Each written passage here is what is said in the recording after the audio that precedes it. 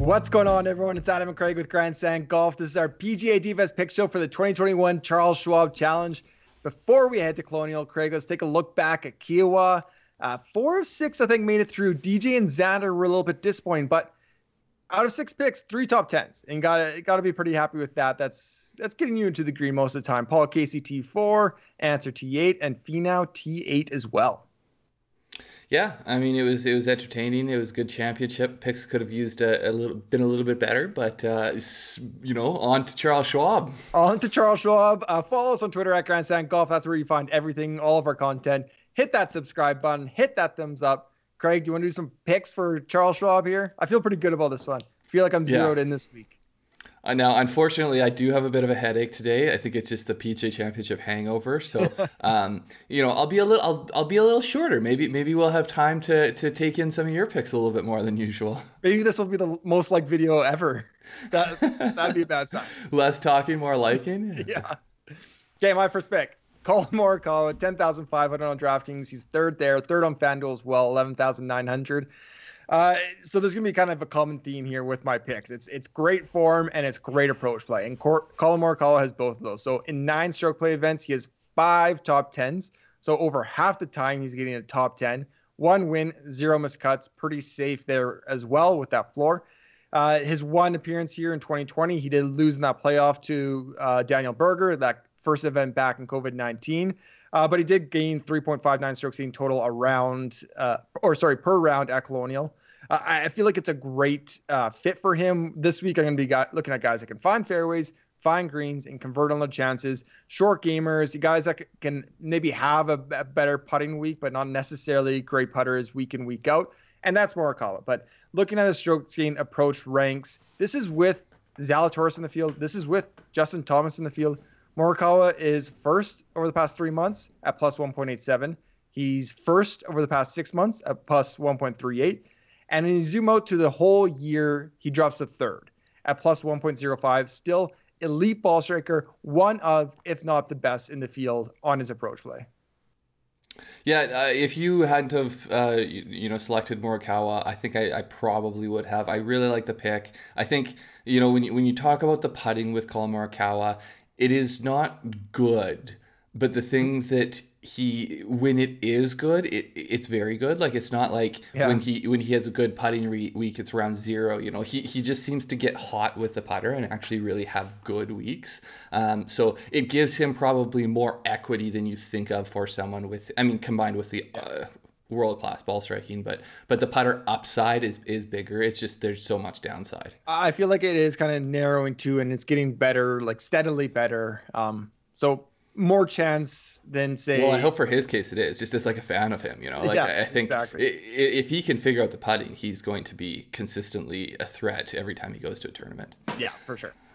Okay, my first one here, it is Abraham Ancer, 9,700 7th on DraftKings, 11,400 7th on FanDuel. To me, so I've got a few different flavors here. Abe Ancer, I think, is the flavor of just pure value with momentum. So I think he's priced very appropriately for his long-term value in this field. But then he comes into the week with so much momentum. So 3 months strokes gained total, he's 4th. And then you zoom out 6 months, 12 months, 2 years, it's still right there. And, he's 7th priced. The worst it gets is 7th at the 6 month range. And then longer term, you see him 5th and 6th.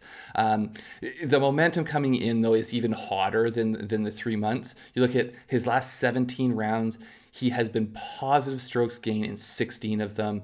The only one was that 3rd round at the PGA Championship. He lost a few strokes there. But then, he came back and gained them all back on Sunday. Yeah, the best round of the day on Sunday. Yeah, so his average over those 17 rounds is 2.68. So he's just absolutely on fire. I think he is due for the win. But then you look at I think off the tee can be the most stable stat. If you're doing that week in, week out, out. It's been 11 straight tournaments that he's gained strokes off the tee.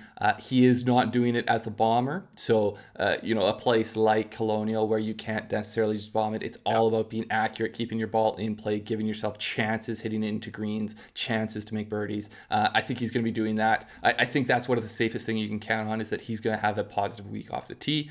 And then, so this is where the momentum in actual results: top 20 in 4 straight tournaments, including a couple top 5s there along the way, and top 30 in 9 straight tournaments. So you're not going to get a stinker from, curse of the pick maybe, but you're not going to get a stinker from Abe Ancer, and I think the upside is huge. Yeah, so I was going to say a couple of things here. He was in our tournament preview show as guys in form coming in just behind Phil Mickelson. Like, his form is crazy. I think he has 3 top 10s in the last 3 as well. Like, he's peaking at the top of these leaderboards.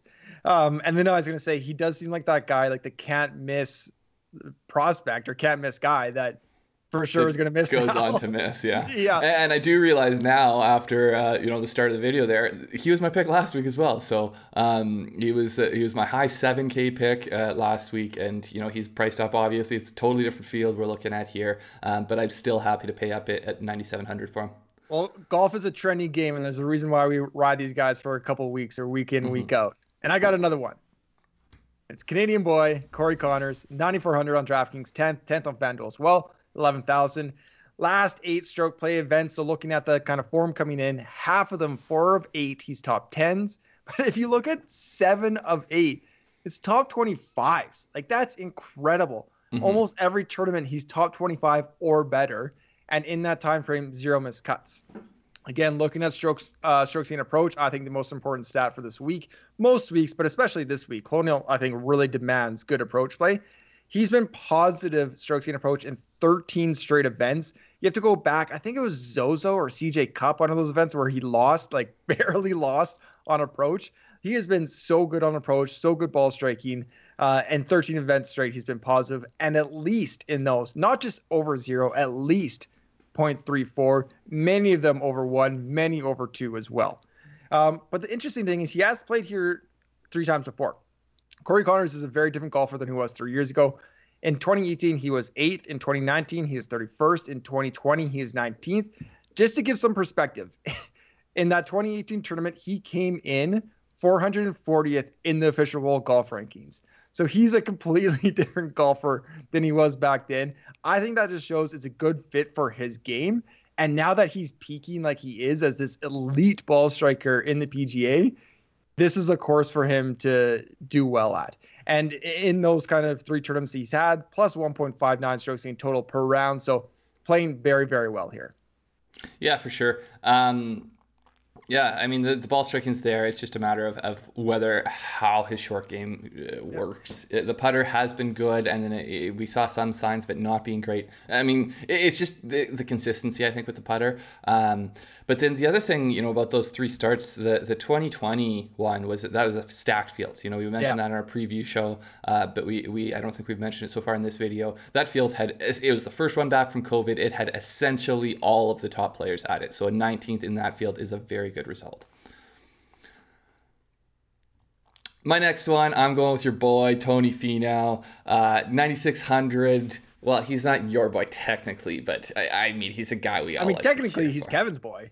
Technically, he's Kevin's boy, but regardless, he's 9,600, 8th in just behind Abraham Ancer, and then over on FanDuel, he's 11,500, jumps right in front of Abraham Ancer to 6th in pricing. So this is kind of my, you've got 2 guys very close in pricing with Abe Ancer and Tony Finau, and essentially they're kind of the 2 flavors. One, the form is awesome coming in, and then Tony Finau, when we look at these strokes gained totals here, it's a little bit different. I think the long-term value is awesome. You look at 2 years, 12 months, 6 months, 4th or 5th essentially in this field in strokes gained total, and then the last 3 months he actually falls all the way down to 36th. Now, this is per Data Golf, and they include the imputed strokes gained totals from the match play event, and his were very ugly there. So that does in part drag that one down. But even still, his form has not, it has cooled off from a very, very hot start to the 2021 year, not necessarily the 2021 season. But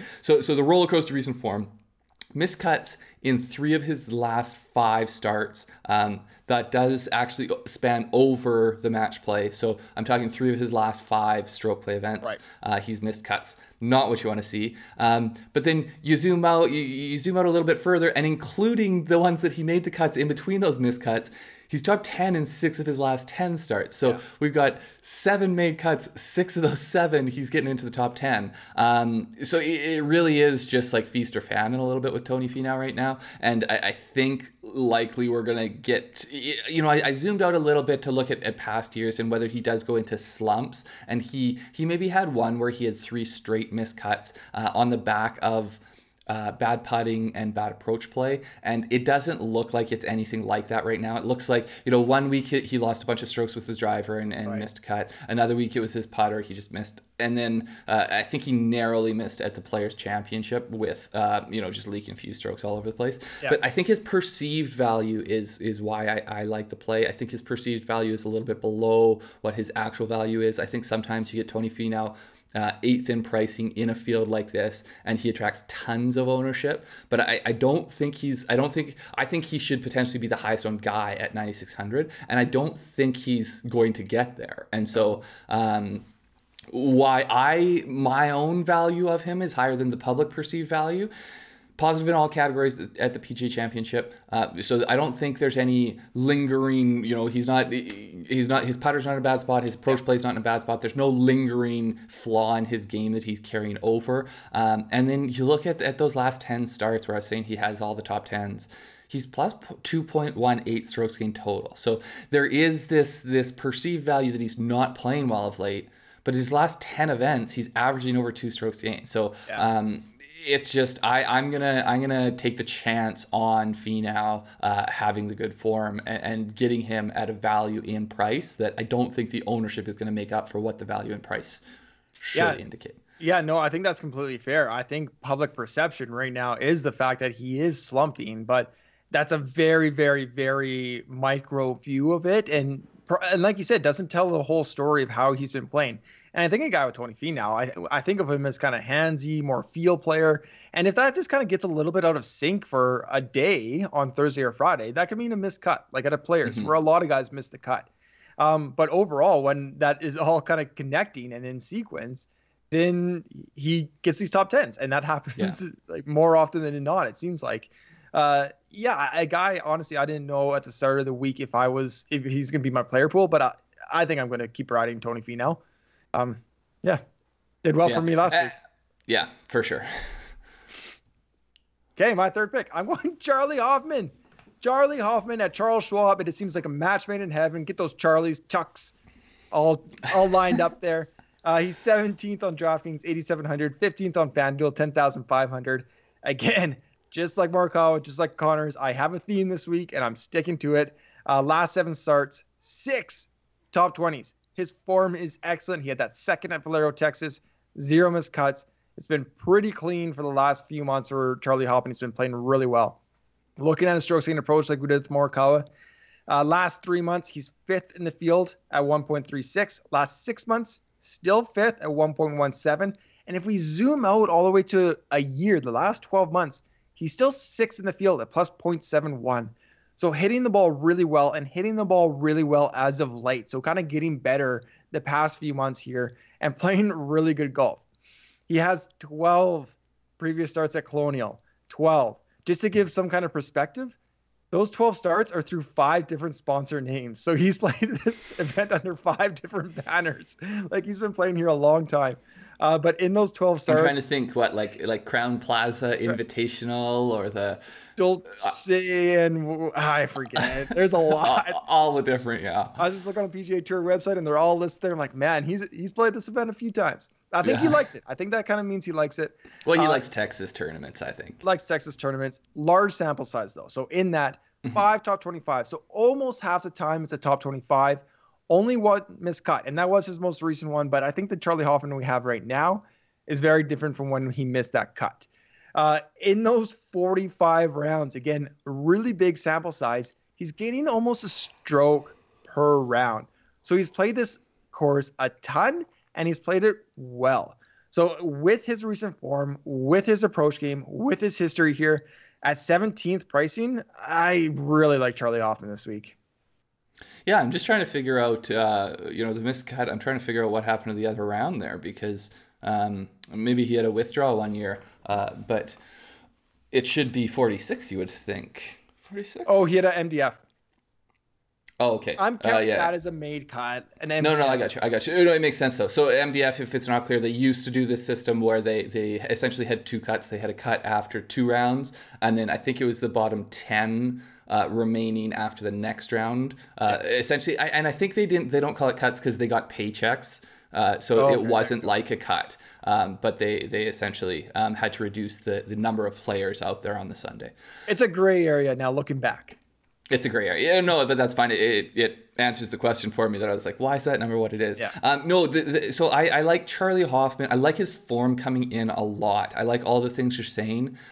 I worry the price has gone up significantly. Yeah. But I would probably pay the price if his ownership is going to be low. But I worry that it's going to be a high price, high ownership situation. And so that's the I really like his form. I'm going to have to struggle through the game theory aspect of it to try to see what it seems like his ownership's going to come out at the end of the week. Yeah, almost if you do like betting as well as DFS, it might be like a good like outright play. DFS, it might be high owned, right?